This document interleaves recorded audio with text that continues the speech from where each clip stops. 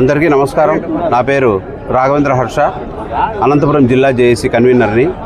మనం ఏదైతే state JAC వారు, ఆంధ్రప్రదేశ్ స్టేట్ జేఏసీ వారు ఏదైతే పిలుపు మేరకు పోయిన సోమవారం నుంచి అంటే 15/9/2025 నుంచి దఫాలుగా రోజు నల్ల బ్యాడ్జీలతో మొదలుపెట్టి 2 రోజులు నల్ల బ్యాడ్జీలు, తర్వాత 2 రోజులు రిలే ఇవి భోజన విరామ సమయంకి ఇది లంచ్ అవర్ డెమాన్స్ట్రేషన్లు, తర్వాత 2 రోజులు రిలే నిరాహార దీక్షలు చేయడం జరిగింది. తర్వాత ఈరోజు ర్యాలీగా శాంతియుత ర్యాలీని ఎస్సీ ఆఫీస్ దగ్గర నుంచి కలెక్టర్ ఆఫీస్ దగ్గర వరకు చేయమని చెప్పి పైన ఆదేశాల ప్రకారంగా ఈరోజు పర్మిషన్ తీసుకొని, పోలీసు వారితో పర్మిషన్ తీసుకొని ఇప్పుడు స్టార్ట్ చేయబోతున్నాం. ఇంకొక దీంట్లో ముఖ్యంగా మాకు లాంగ్ పెండింగ్ ఇష్యూ వచ్చేసి కాంట్రాక్ట్ లేబరు. ఇప్పుడు మేము ఎలక్ట్రిసిటీ డిపార్ట్మెంట్లో ముందులాగా అన్ని డిపార్ట్మెంట్ లాగా లక్షల కొద్దీ కూడా ఉద్యోగులు లేము. ఇప్పుడు ఉండేది అంతా రెగ్యులర్ ఉద్యోగస్తులు ఒక 40,000 మంది, తర్వాత ఒక 25,000 మంది కాంట్రాక్ట్ ఉద్యోగస్తులు, అంతా కలిపిన 65,000 మందే. ఆ 65,000 మందికి సంబంధించిన డిమాండ్లు మాకు లాంగ్ పెండింగ్ ఇష్యూస్ పెండింగ్ ఉన్నాయి 1999 నుంచి. మా కాంట్రాక్ట్ ఉద్యోగులు అయితే దగ్గర 25 సంవత్సరాల నుంచి మాతో పాటు పనిచేస్తున్నారు. వాళ్లకు తగిన వేతనాలు సరిగా అందడం లేదు. మాకు సమాన పనికి సమాన వేతనం అని చెప్పి కోర్టు ఉత్తర్వులు కూడా ఉన్నాయి, కానీ దాన్ని ఇంప్లిమెంట్ కాలేదు. ఈ రకంగా వాళ్లకు ఒక 25,000 మందికి వాళ్లకు న్యాయం జరుగుతుంది. డైరెక్ట్ పేమెంటు, తర్వాత దఫాలుగా వాళ్ళకి రెగ్యులరైజ్ చేసే అని చెప్పి తెలియజేసుకుంటున్నాం. అట్లాగే రెగ్యులర్ ఉద్యోగస్తులకు సంబంధించి 1/2/99 నుంచి 31/8/2004 వరకు ఎవరైతే ఉద్యోగంలో చేరినారో రకరకాలుగా కంపాషనేట్ అపాయింట్మెంట్స్ కావచ్చు, తర్వాత డైరెక్ట్ రిక్రూట్మెంట్స్ కావచ్చు, 2004 వరకు ఉన్న నోటిఫికేషన్లన్నీ గవర్నమెంట్లో 653, 654 జీవోలకు సంబంధించి 1/9/2004 వరకు వాళ్లకు జీపీఎఫ్ వర్తించి 1981 రూల్స్ ప్రకారంగా పెన్షన్ని వాళ్లకు ఇవ్వడం జరిగింది. కానీ మా డిపార్ట్మెంట్కి వచ్చేపాటికి, ఎలక్ట్రిసిటీ డిపార్ట్మెంట్కి వచ్చేపాటికి ఆ యొక్క పెన్షన్ స్కీమ్ని తీసేసినారు. ఇప్పుడు డిఏలు అడుగుతున్నాము. ఆ డిఏలను గవర్నమెంట్కి ఇచ్చినప్పుడు ఇస్తాము అని చెప్పి చెప్తున్నారు. ఆ డిఏలను గవర్నమెంట్కి ఇచ్చినప్పుడు ఇస్తాము అని చెప్పినప్పుడు అట్లాగే ఏదైతే ఈ 653, 654 జీవోలు ఉన్నాయో దాన్ని ఇక్కడ ఇంప్లిమెంట్ చేసుకోవడానికి ఇబ్బంది అయితే ఏమీ లేదు. కాస్ట్ పరంగా కూడా అంత కాస్ట్ కట్టింగ్ ఏమి ఉండదని చెప్పి ఇదే తెలియజేసుకుంటున్నాము. అందరికీ ఇచ్చినా మాకు 65,000 మందే మేము ఉండేది కూడా, కానీ చాలా రిస్క్ ఎన్విరాన్మెంట్లో పనిచేస్తున్నాము. ఎప్పుడు పోలెక్కితే కిందికి దిగుతాడో లేదో కూడా తెలియదు. రీసెంట్గా కూడా 2-3 రోజుల కిందట కూడా ఫ్యాటల్ యాక్సిడెంట్స్ జరగడం జరిగింది. చాలామంది రిస్కుల్లో ఉన్నారు. కాబట్టి వారి కుటుంబాలకు ఆసరాగా ఉండడానికి పెన్షన్లు కల్పించడం కానీ, కాంట్రాక్ట్ ఉద్యోగులకు రెగ్యులరైజ్ చేయడం కానీ చేయవాలని చెప్పి గ్రేడ్ 2 జేఎల్ఎంస్కి సంబంధించి వాళ్ళని 2019లో సచివాలయం కింద వాళ్ళను రిక్రూట్మెంట్ చేసుకోవడం జరిగింది. వాళ్ళు డిపార్ట్మెంటు మా ఎలక్ట్రిసిటీ డిపార్ట్మెంట్కి సంబంధమా లేదా సచివాలయం సంబంధమా అనేది ఇంతవరకు కూడా తేల్చలేదు.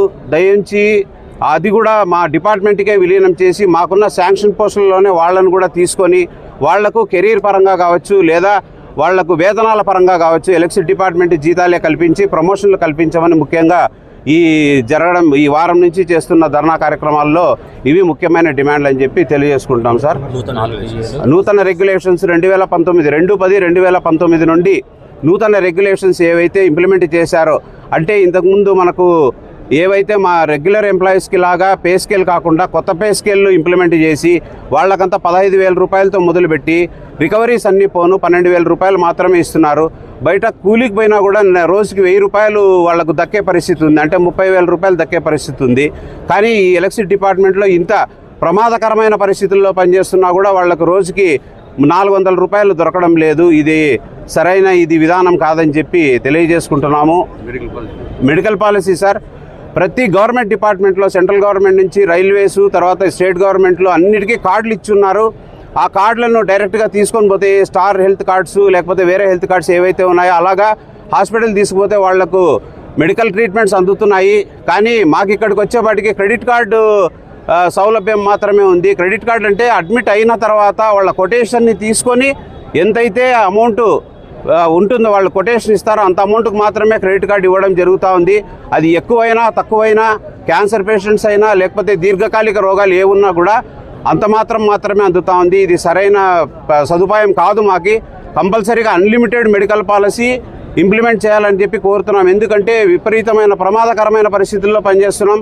చెయ్యి పోయినా, కరెంటుతో కాలు పోయినా, ఏ ప్రాబ్లం వచ్చినా కూడా ఇంతే మీరు వాడాలా, ₹1,00,000 వాడాలా, 2 లక్షలే వాడాలంటే అది జరగని పని. ఎందుకంటే కార్పొరేట్ హాస్పిటల్స్లో తప్ప గవర్నమెంట్ హాస్పిటల్స్లో దొరకని ట్రీట్మెంట్ని మనం ఎట్లయినా కానీ ఇంత అన్లిమిటెడ్ పాలసీ ఉంటే తప్ప, అన్లిమిటెడ్ మెడికల్ పాలసీ ఉంటే తప్ప మనం తీసుకోలేమని చెప్పి తెలియజేసుకుంటున్నాము.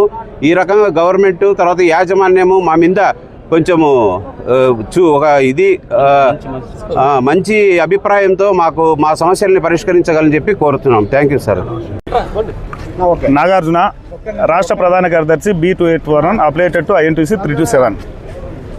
ఆంధ్రప్రదేశ్ విద్యుత్ రంగంలో దశాబ్దాల తరబడి విద్యుత్ కాంట్రాక్ట్ కార్మికులుగా ఏదైతే విద్యుత్ సేవలను అందించడంలో విద్యుత్ కాంట్రాక్ట్ కార్మికులుగా దాదాపు 30,000 మంది కార్మికులు ముందున్నారు. దశాబ్దాల తరబడి ఈ యాజమాన్యం ప్రభుత్వం వెట్టిచాకరి చేపిస్తూ ఏదైతే మేము చేస్తున్న శ్రమకి గుర్తించకపోగా ఏదైతే అతి తక్కువ వేతనంతో కాలం వెల్లదీస్తూ మమ్మల్ని నిరంకుశంగా పనిచేపిస్తూ ఉన్నారు. ఈ సందర్భంగా మేము ఒక్కటే తెలియజేస్తూ ఉన్నాం ఆంధ్రప్రదేశ్ రాష్ట్ర ప్రభుత్వానికి, అలాగే ఆంధ్రప్రదేశ్ విద్యుత్ యాజమాన్యానికి. ఏదైతే గౌరవ అధికారులు 2014 కావచ్చు, 2018 సమ్మె జరిగినప్పుడు కాలయాపనతో కూడిన కమిటీలు వేశారు. ఆ కమిటీల్లో భాగంగా ఏదైతే 30/10/2017 ఏదైతే అప్పుడు విద్యుత్ యాజమానిగా ఉన్న అధికారులే ఈరోజు మాకు అన్నం పెట్టే స్టేజ్లో ఏదైతే ఆ రాష్ట్ర ప్రభుత్వంలో ప్రధాన భూమికి ఉపయోగిస్తున్నారు. అవాళ ఏదైతే ఈ లెటర్ని రాష్ట్ర ప్రభుత్వానికి రాశారు, కానీ అందులో డైరెక్ట్ పేమెంట్ ఇవ్వచ్చు, సమాన పనికి సమాన వేతనం ఇవ్వచ్చు అని చెప్పి ఆ అధికారులే ఈరోజు పెట్టే స్థితిలో ఉన్న ఈ యొక్క లెటర్ని పక్కన పడేస్తూ ఉన్నారు. ఆంధ్రప్రదేశ్ రాష్ట్ర ప్రభుత్వానికి మేము ఒకటే తెలియజేసుకుంటున్నాం, ఆంధ్రప్రదేశ్ విద్యుత్ యాజమాన్యానికి ఒకటే తెలియజేసుకుంటున్నాం. ఏదైతే దీర్ఘకాలికంగా ఉన్న మా సమస్యలు ఏదైతే సంస్థ ద్వారాగా నేరుగా వేతనం చెల్లించడం కానీ, ఏదైతే పక్క రాష్ట్రంలో అక్కడ ఉన్న విద్యుత్ ఉద్యోగులని వాళ్ళు చేసిన సేవలు గుర్తించి అక్కడ ప్రభుత్వం యాజమాన్యం ఆదుకోవడం జరిగింది. అలాగే ఆంధ్రప్రదేశ్ రాష్ట్రంలో కానీ 8 ఏళ్ళు కావస్తున్న పక్క రాష్ట్రంలో న్యాయం జరిగినప్పుడు ఆంధ్రప్రదేశ్ రాష్ట్రంలో ఉన్న విద్యుత్ కార్మికులకు కానీ న్యాయం చేయమని చెప్పేసి వేలాది మంది కుటుంబాలకు మేము గలమెత్తి మిమ్మల్ని రిక్వెస్ట్ చేస్తూ ఉన్నాం. ఏదైతే తెలంగాణలో చేసినట్లు ఆంధ్రప్రదేశ్ రాష్ట్రంలో కానీ సంస్థలో విలీనం చేసుకొని సంస్థ ద్వారాగా నేరుగా వేతనం చెల్లించాలనేది మా ప్రధాన డిమాండు. అలాగే ఈ మధ్యనే ఏదైతే సుప్రీంకోర్టు ఇచ్చిందో 2016లో ఇచ్చిన అత్యున్నత న్యాయస్థానం ఇచ్చిన ఈక్వల్ పే ఈక్వల్ వర్క్ కానీ ఇవ్వమని చెప్పేసి మేము ఈ యాజమాన్యాన్ని రిక్వెస్ట్ చేస్తూ ఉన్నాం. అట్ ది సేమ్ టైం ఈ మధ్య 2022 PRC అప్పుడు జరిగిన వేతన సవరణలో భాగంగా పర్మనెంట్ ఉద్యోగస్తులకి 100% వేతన సవరణ బకాయిలను చెల్లించడం జరిగింది. మేము కూడా ఏదైతే 33/11 kV సబ్స్టేషన్ నుంచి EHT సబ్స్టేషన్లో 220 kV 130 kV 400 kV సబ్స్టేషన్లో పనిచేస్తున్న వేలాది మంది కార్మికులు సంస్థ కోసము ప్లస్ అక్కడ ఉన్న సబ్స్టేషన్ల కోసము కాపలాదారుగా ప్లస్ ఉద్యోగిగా పనిచేస్తూ ఉన్నా మా మీద కనికరం లేకుండా ఈరోజు విద్యుత్ యాజమాన్యం ఏదైతే అరియర్ని మీకు ఇచ్చేది లేదు అనే మాట చెప్తా ఉంది. ఒకవేళ మేము గట్టిగా వినతి పత్రాలు ఇస్తే 20% ఇస్తాం, 30% ఇస్తాం, 40% ఇస్తాం అంటున్నారు. ఈక్వల్గా ప్రభుత్వం ఈ విద్యుత్ ఉద్యోగులతో పాటు కాంట్రాక్ట్ కార్మికుడు పనిచేస్తూ ఉంటే వాళ్ళకి 100% చెల్లించడం ఏంది, మాకు చెల్లించకపోవడం ఏందని చెప్పేసి ఈ యాజమాన్యం గుర్తించాలి. ఏదైతే మా దీర్ఘకాలిక సమస్యలపైన త్వరితగతంగా పరిష్కారం చేస్తే ఓకే, లేదంటే రాష్ట్ర జేఏసీ విద్యుత్ పవర్ జేఏసీ ఇచ్చిన కార్యాచరణలో కాంట్రాక్ట్ కార్మికులు భాగస్వాములమై భారీ ఎత్తున ఉద్యమం చేసేదానికి మేము వెనుకడుగు వేయబోమని చెప్పేసి ఈ యాజమాన్యానికి తెలియజేసుకుంటున్నాం.